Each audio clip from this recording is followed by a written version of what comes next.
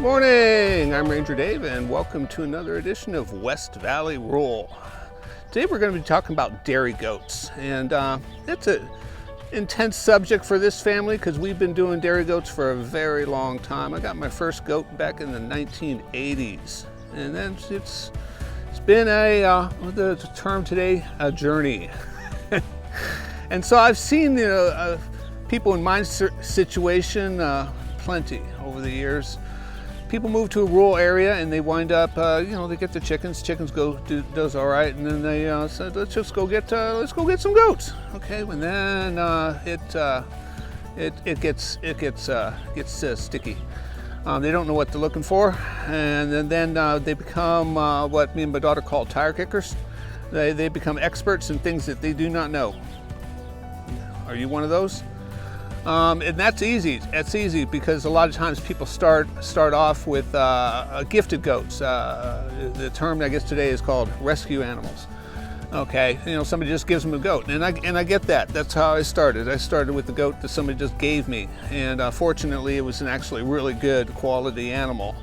And then I had had a good mentor at the time, and she taught me everything I needed to know. And a lot of times people just don't have those good. They don't recognize a good goat. They don't recognize a good mentor, and they get themselves into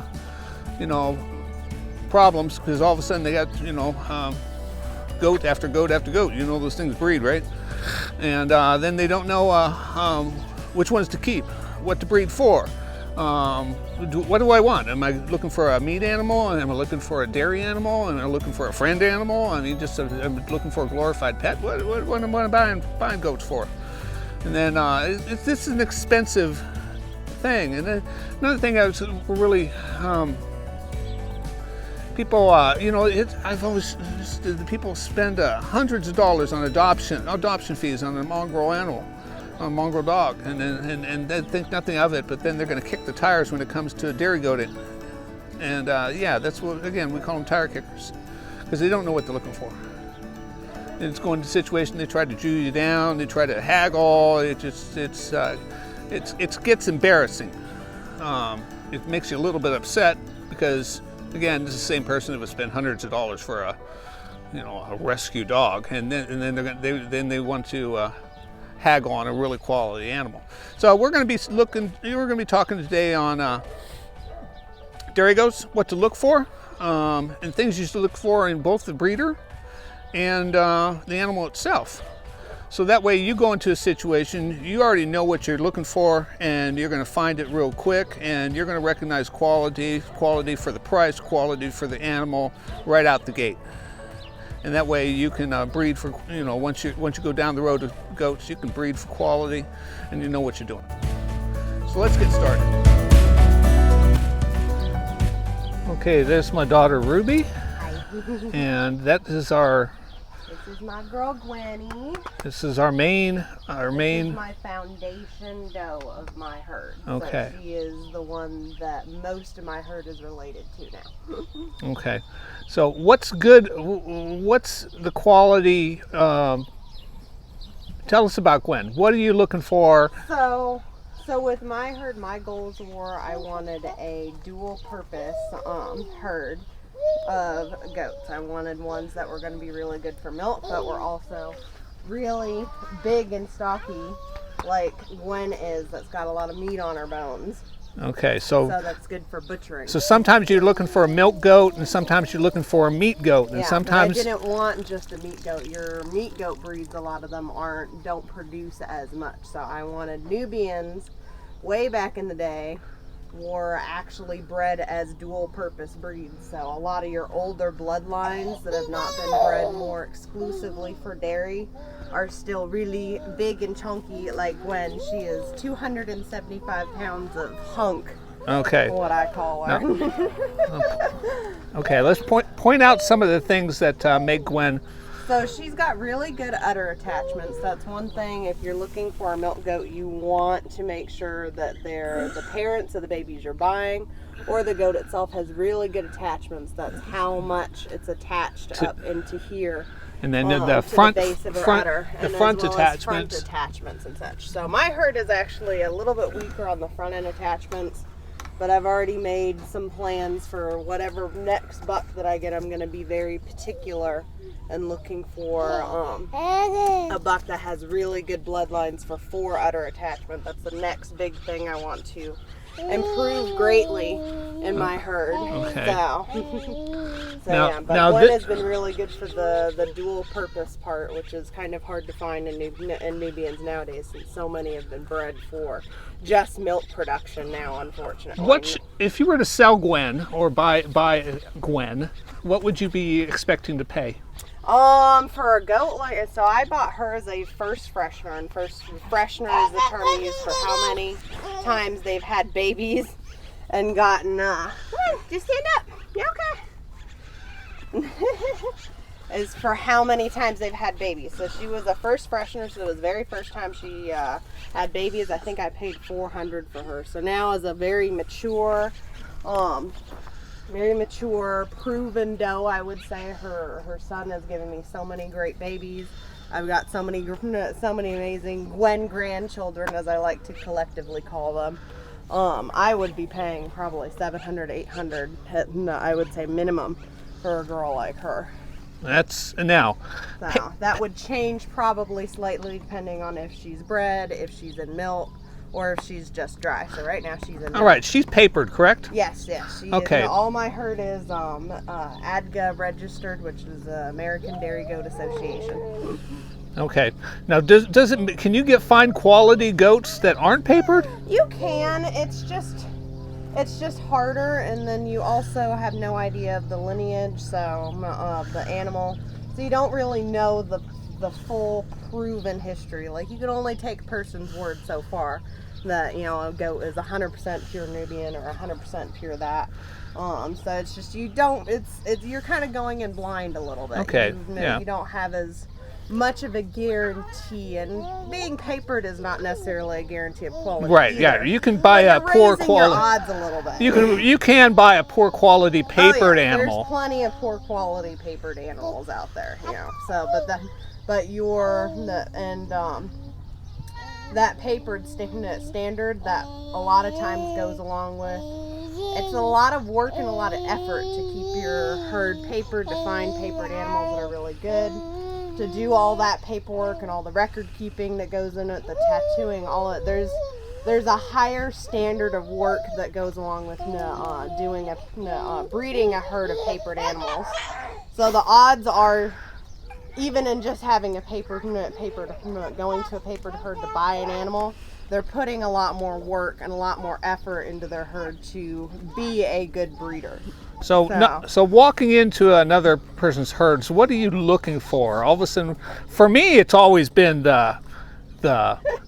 You're okay. You got another tumble. Good job, baby. So yes. So if I was going into another herd to look for a goat to buy, it's gonna depend a little bit on your goals. I'm going into another person's herd. I would be looking for an animal that's going to complement the qualities that I'm lacking in, like the 4 udder attachment. The next goat I buy has got to have lineage or has really good 4 udder attachment that I can hopefully bring into my herd. But other things I'm looking for, the herd has got to be clean disease tested for at the very minimum CA, but Jones and CL is also nice to have just in case. Those two are not the only reason I mentioned those two are not as big a deal to me is they don't show up as reliably on blood tests unless that animal is very heavily infected with the disease and such. So the CA is the big one. That one's going to pop up however that animal is infected. So that's moving. They have to be tested. So essentially, if you walk into a herd and you ask, "Do you test?" and they give you a quizzical look and they don't know what. No. That's it. I don't care how they could have the best goat in the world. At the very minimum, I wouldn't be doing it. I wouldn't be buying that animal or bringing that animal into my herd until they have been disease tested for those things. Right. So. That's a big minimal one. standard. That's a very minimal standard. Other thing I like to see is hooves that Hooves. are maintained. That is a big one for me. Walking into a herd, and essentially, I am always looking. You can argue that you take care of your animals essentially till you're blue in the face. If I see hooves that are curved underneath, I know. Overgrown. I know. A little bit overgrown is a little bit overgrown because they do, but stuff happens and whatnot. But obtusely, horribly, lots of like curved in hooves and stuff like that. That just speaks to lower maintenance on those animals on a very basic care of again, they can argue till they're blue in the face. We take care of our animals, but when you haven't trimmed their nails in a year, when it's clear that or months, it's like that's not actually putting the effort into taking care of. It's the same. It would be the same thing like having a dog and not like exercising it and keeping it in the house all the time type thing. It's trimming goats' hooves is one of the basic standards of care you need to be doing, whether you have pet goats, a herd of show goats, a herd of just milk goats, a herd of just meat goats. You're always going to be trimming their hooves and such, unless you have a type of herd. Watch out. Don't let the goats out, baby. Who let the goats out? Unless you have a She type did. of area.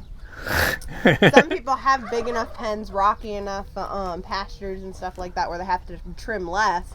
But most of the time, you have at least a few goats that it's like you have to trim on the monthly or at least semi-yearly basis. Right. And we always trim ours, especially right before they're once they get pregnant and such. Oh yeah, they get one last like good trim about a month, 2 months. Think about it. You're gonna be carrying all of a sudden your animal's got to be carrying all that weight, and their ankles are curved on the inside because you haven't trimmed their hooves. It's terrible. You're just asking for the animal to break down faster as far as their leg structure and stuff like that goes. It's not good for them, and it's not good for you if you're trying to sell those animals as any sort of cared, type thing. Because I would see hooves overgrown, and I mean, like, if you aren't doing that, what else are you not doing? Else are you not doing? If you're not trimming your hooves, what else are you not doing? This is a big one. This is for us. That's a big one. That's a big tell. Yeah. So disease testing, hooves being trimmed. I just like to make sure there's nothing. I always overlook like a herd of make sure there's nothing like crazy kind of going on that you see. It's like, oh, that animal's obviously like got snotty nose or whatever, and you know that stuff happens. But it's always worth if I see something like that and ask like, are you treating that type thing? What's going on? Friendly conversation as goes. We all have issues that we have to treat and diseases and sickness, illnesses and stuff like that come up, but it's always good to take note of that. And hey, sometimes a person that has that herd and might not have even necessarily noticed that one's got a little snotty nose or diarrhea or stuff like that. It's like that. It's hard to immediately catch on to those things, so I just always keep an eye out for something like that too. All right, let's go talk about what you're looking for in a buck. So a buck. Okay, I would be making sure that buck is at least handleable.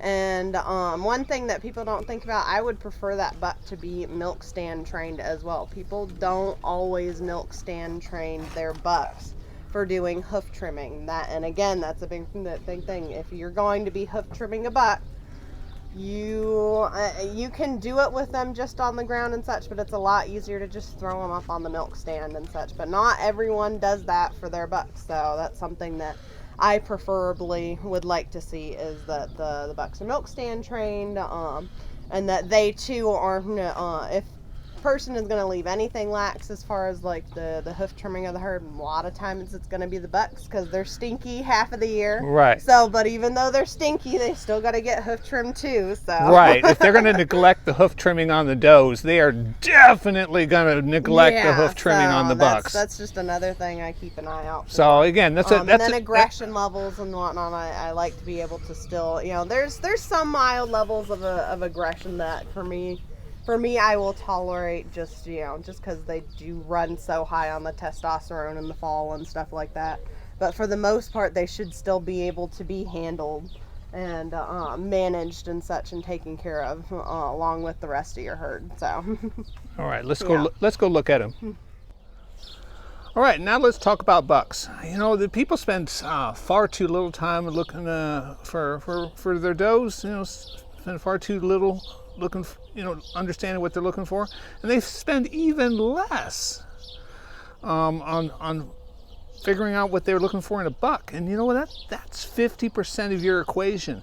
But the amount of times, I just need something to get my girls pregnant. Really? Okay, would you walk into a sperm bank and say, just get me off the shelf, and I'm not really cared about quality, and I don't want to pay too much? You're that guy? No. Okay, that's not smart. So you need to know about what you're looking for in your does, and even more so on your bucks, and especially if you're going to be spending money on a buck that you're going to have a while. You're going to spend extra on that buck typically, okay, because that's going to be your stud. Okay, you're going to keep that one a while. You need to know the quality of the bloodlines and the quality of the animal. Can you line breed on that animal? Do you even know what line breeding is? Okay, so yeah, let's talk about bucks. We need to dig into this. We have Norman right here. He's my sweetheart. And then Gypsum is also Now what was really sweet. Remember, tell us about Spartacus. So Spartacus was my foundation sire, and he was definitely in your rut and whatnot. Rut is when they go into Spartacus he was Gypsum's huge. dad. Yes, he was Spartacus Gypsum's was dad. huge He was and the biggest mean. buck I've ever seen. Yeah, he was. Yes, he was mean, but it was mainly just toward guys.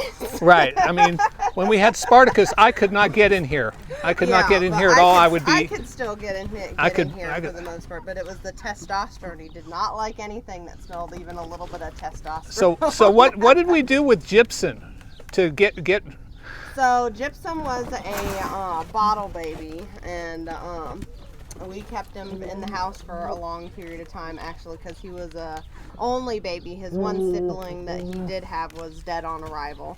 So he was just an only goat kid, essentially. To get that meanness out of Gypsum, essentially, we kept him in the house for like 3 weeks. Yeah, and he much more bonded with us. I think part of the problem was also with like Spartacus is that we didn't necessarily raise him, so he wasn't as bonded to us or anything like that. So what are you looking for a buck? Is you looking for size? Are you looking for what it produces? As much as it's good to have a really good looking buck and such, the most important thing you want to look at is that buck's mother, that buck's dam, as they're called. That is the most important aspect, because that is because bucks don't have an udder, so you don't have any idea of that buck's udder history or lineage or anything unless you see pictures or see that buck's. So you're going to want to look at, show me, when you're buying a buck, it's like you want to say, show me the mom. The dam's udder. Show me what mom looks like. That will give me the biggest idea of what that buck is going to produce. No matter what he looks like, honestly, he should still look. There's very basic things that they should still look like the good ear set, good nose, the good top line, the good brisket extension. Yep. If body and you're looking you're looking for things like the brisket area, because strong pasterns and stuff, and good feet. All that stuff, a buck should have along. That's all qualities that across the board you want in an animal, whether they're a doe or a buck. So, but if you're looking at a buck, you really, really want to be examining that buck's lineage as far as their dam, the dam on their sire's side as well. Just as far back as you can get an idea of what they produce. If it's a mature buck like these two are, odds are they have daughters. So if you can look at udders is even better. If you can look at their daughters, what they produce. It's even better. It gives you an idea of what they're going to produce. Right. For So you. if somebody was looking for essentially a stud, to borrow one of our stud bucks, we could easily show them this is what you're going to get. Yep, I have. Because we got daughters. The gypsum had a daughter freshened. Both these gypsum in particular had. This was his first year having daughters freshened. And have babies for the first time. So it was a big window for me into what gypsum now produces, and I can go forward with having an idea of who to pair him with and such. And Norman, I'm keeping a doeling in particular this year. I wasn't initially going to do that, but I decided I do want to go ahead and keep a doeling from the best first freshener that I bred him to that has the best udder. I'm going to keep her daughter, and then I will freshen her next year, and then I will have an idea of what Norman produces. And then going forward, I can have an idea of what they're going to do and what qualities they're going to bring to the table into my future generations. What's special about Norman? So Norman is actually polled. What's that? Polled is when they're born without horns. So he was not disbudded. He is just naturally born without horns. Yes. So, and then he'll throw babies He will throw babies that don't have horns. So if somebody doesn't want, I really don't want to do that disbudding. Yeah, and you can get polled bloodlines, and you can take the amount of babies that you're disbudding down by a little bit. You're still going to be disbudding a little bit because the whole horned and polled genes and such you would have to breed 2 polled animals together and then hope you got a homozygous baby in the mix that was born, which doesn't always happen. So well, that sounds so sciencey. Yeah, it gets a little bit complicated with the genetics of it and stuff like that. So, but it's at least helpful to take down that amount of horn babies that you're having each So no year. guarantee that you're going to have babies without horns, but you can reduce your odds. You have a homozygous animal, which is really hard to find because not everyone likes to do the polled to polled breedings. It's a little bit frowned upon just because you have a higher I think by 2 or 3 percentage point higher incidence of hermaphrodites being born. And that kind of breeding, just because the polled bloodlines, they aren't as broad. What's a hermaphrodite? Hermaphrodite is when they're born with female and male genitalia. You mean that happens? Yes. Wow, that's science. It actually really happens. Yes, it does happen. But it's pretty obvious when that happens. No, isn't it? It really depends. There's so many different ways that it could arise and such. I had a doe that I suspect, I'm not 100% sure if whether she was a hermaphrodite or if she was just like a free martin, but she was a doe, what appeared to be a doe that peed a little bit weird. Yep. And she also acted a lot more like a buck. Yeah, I had one doe years ago that was it was a beautiful doe, I thought, and then it started acting very male-ish, and then the way it peed was just, that was the tell. That was the tell. It was a hermaphrodite. So it's there's tons of different ways that it could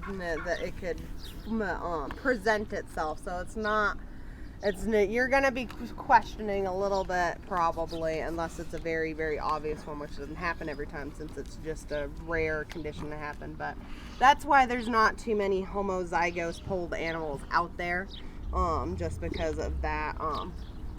What people, they don't want to breed the polled to polled and whatnot, which is understandable.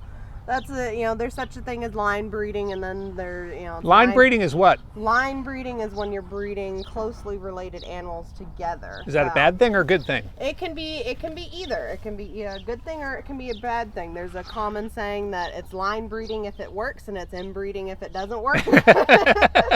So it just depends. You don't want to breed too close, like siblings.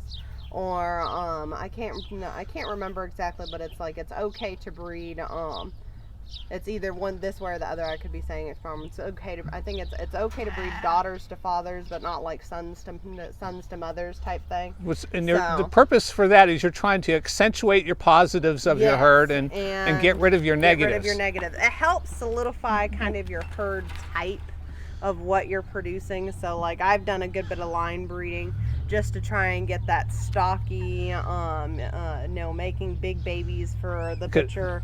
the butcher and the freezer and stuff like that, getting that type of thing all solidified in the base of my herd so I can go forward and you know, have those really good traits that I want to accentuate in my herd. And then now I just kind of work on getting any other negative things out and such. But there's certain things that pop up where you have to, if you're going to line breed, you have to be ready to hard cull if you need to. I mean, hard cull is, that hard means cull is you're either selling that animal as just a pet or butchering it, which is most of the time when people say hard cull, that's what they mean. But other people, they're just selling it to pet homes only. They aren't registering it. They aren't, you know, if it's a boy, they're weathering it so they can't produce babies. right. So it's Because just, if you get something, you're eliminating that animal from your breeding right, program, if something's genetically not right, Yeah. you do not want that going Yeah. down, and that's what even small stuff. Like I've had in the last 2 years, I've had one baby each year that has a bit more of the Nubian underbite than I want. So even small things you're looking for. Yeah, small things like that. It's one thing to have a little bit of an underbite just with the way the Nubian's face is made and stuff like that. A lot of times they have a little bit. See, he's got the tiniest bit of an underbite and whatnot there, just by a hair. But it's a bad thing if it's a little bit, like I think like quarter to like a half an inch. Right in there is just a bit too much. Right. So it's one thing to have the Nubian smile, as they're sometimes called. It's another to have a fault that's going to make that animal really have a hard time eating and a hard time producing milk because they cannot eat and they cannot raise their babies as proficiently and such. So Right. I've walked into a few herds and thinking to myself, and they're just looking around. It's like, why wasn't that one hard? Yeah, or like really weak attachments. Really weak attachments. That's a big one. That's when I don't get why people the udder's just animals, hanging down there. Yeah, that have just horrible udders that are just halfway to the ground essentially. So hi. Don't you get out? Oh my gosh, she lost her shoe somewhere. All right. Well, we got to go find a shoe. Yep. All right. Thank you, Ruby. No problem. So go out and buy really, really good dairy goats and support your ethical, really good dairy goat and meat goat breeders. Real simple, folks. Know what you own and know what you're buying. And don't be afraid to get some good advice, because there's plenty of good advice out there.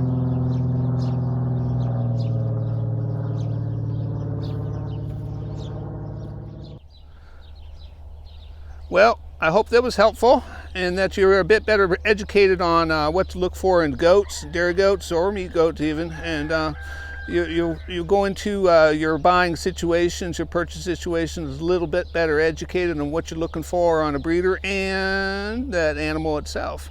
And I hope you'll know now, you recognize quality right out the gate, and you're not going to be a tire kicker. We can see you coming when you're doing that kind of thing, and it just that's not good. So don't be a tire kicker.